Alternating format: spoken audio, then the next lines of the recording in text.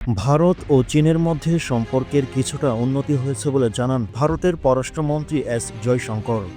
মঙ্গলবার লোকসভায় দেওয়া এক বিবৃতিতে তিনি জানান, ২০২০ সালে পূর্ব লাদাখের গালওয়াল উপত্যকায় দুই দেশের সেনাদের মধ্যে সংঘর্ষের পর থেকে ক্রমাগত কূটনৈতিক আলোচনার মাধ্যমে সম্পর্কের এ উন্নতি সম্ভব হয়। পররাষ্ট্রমন্ত্রী এস জয়শঙ্কর বলেন, সীমান্তে শান্তি প্রতিষ্ঠা ছাড়া দুই দেশের সম্পর্ক স্বাভাবিক হতে পারে না। তিনি জোর দিয়ে বলেছেন যে সীমান্তে শান্তি ও স্থিতিশীলতা দুই দেশের জন্যই অত্যন্ত গুরুত্বপূর্ণ। তিনি ভারতীয় সেনাদের সাহসিকতার ভূয়সী প্রশংসা করেন। টিম টিআরসি হৃদয়ে ধারণ করে বাংলাদেশ, দ্য রিয়েল কনসালটেশন, স্বচ্ছ ভ্যাট আইনে দক্ষ ন্যায্য ভ্যাট প্রদানে। শঙ্কর বলেন, নানা প্রতিকূলতার মধ্যেও ভারতীয় জওয়ানরা সাহসিকতার সঙ্গে চীনের মোকাবিলা করে এ কৃতিত্বের তাদের প্রাপ্য এবং আমাদের তা স্বীকার করতে হবে।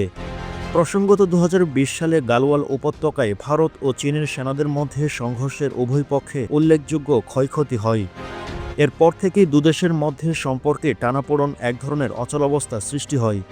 তবে সাম্প্রতিক কূটনৈতিক প্রচেষ্টার মাধ্যমে পরিস্থিতি কিছুটা উন্নতির দিকে এগোচ্ছে। পর্যবেক্ষকরা মনে করেন, সীমান্তে দীর্ঘমেয়াদী স্থিতিশীলতা এবং পারস্পরিক বিশ্বাস পুনঃস্থাপনের মাধ্যমে ভারত ও চীন তাদের দ্বিতীয় পক্ষীয় সম্পর্ক স্বাভাবিক করতে সক্ষম হবে। দুই দেশের মধ্যে বাণিজ্য, কৌশলগত সহযোগিতা এবং আঞ্চলিক স্থিতিশীলতা এবং এ উন্নতি অত্যন্ত গুরুত্বপূর্ণ বলে মনে করা হয়।